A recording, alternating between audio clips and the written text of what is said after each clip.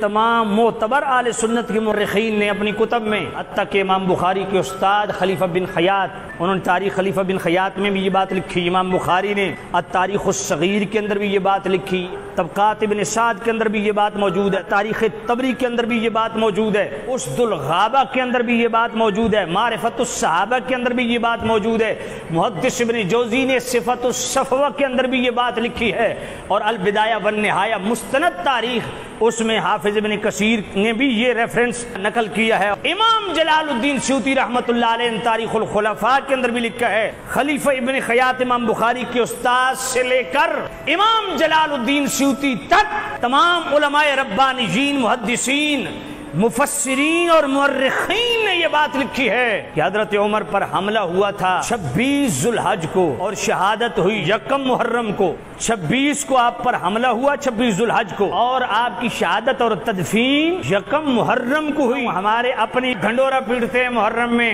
یا یہ کیا ہے حضرت عمر کا ذکر محرم میں شروع کر دیتے ہو، جبکہ یہ عشر محرم تو اہل بیت کا ذکر خیر ہونا چاہیے۔ میں نے کہا شہدائے کربلا کتنے؟ کہا 72۔ میں نے کہا ان میں سے اہل بیت کتنے؟ کہا جی 21۔ میں نے کہا باقی کون ہیں؟ کہا یا صحابہ ہیں، صحابہ کی اولادیں ہیں۔ میں نے کہا وہ 51 جو کربلا میں شہید ہوئے، یا وہ صحابہ ہیں یا صحابہ کی اولادیں ہیں۔ میں نے کہا ان کا ذکر خیر اس عشر محرم میں کیوں کرتے ہو؟ یہ بھی تو صحابہ ہیں، یہ بھی تو صحابہ ہیں۔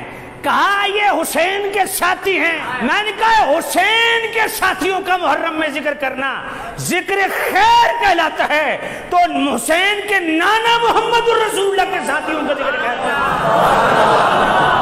ہے۔ جس کے ساتھی ہیں اس حسین کا ذکر خیر عبادت سمجھ کے ہم کرتے ہیں، تو اس حسین کے امام کا ذکر کیوں نہ کریں جس کے پیچھے 5 نمازوں میں حسن و حسین بشمول مولا علی ہاتھ باندھ کے کہتے ہیں پیچھے سے امام صاحب کے اللہ مقتدیوں کا ذکر کرنا ذکر خیر کا لائے، اور امام کا ذکر کرنا تمہاری تکلیف بڑھائے۔ گل بابے علیے گل وچ اندر رفضی چورے۔ معجم الکبیر کی حدیث نمبر 61 ہے، ابی بن کعب راوی ہیں۔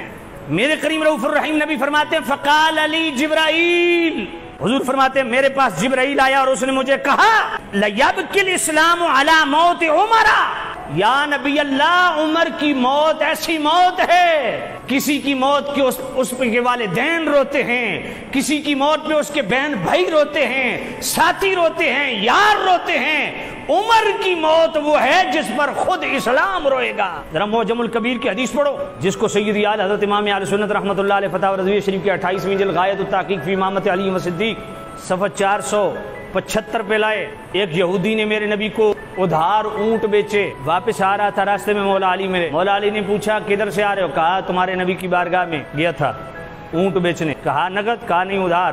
کہا حضور کے پاس جاؤ، عرض کرو یا نبی اللہ جب میں ادھار لینے کے لیے آؤں آپ کو نہ پاؤں تو میرا ادھار یہ قرض کون دے گا؟ حضور نے فرمایا میرا ابو بکر۔ مولا علی نے فرمایا پھر جا، عرض کر یا نبی اللہ ابو بکر کو کوئی حادثہ ہو گیا وہ نہ ہوئے تو پھر میرا قرض کون دے گا؟ حضور نے فرمایا عمر۔ پھر مولا علی نے بھیجا، فرمایا پھر جا، پھر گیا، عرض کی یا نبی اللہ اگر عمر کو نہ پاؤں، عمر کو کوئی حادثہ ہو جائے تو پھر قرض کون دے گا؟ میرے نبی نے فرمایا ویحک اذا مات عمر فان استطعت ان تموت فمت، فرمایا نادان جس دن میرا عمر مر گیا نا، اگر تو اس دن زندہ ہوا تجھ سے ہو سکے مرنا تو بھی مر جانا۔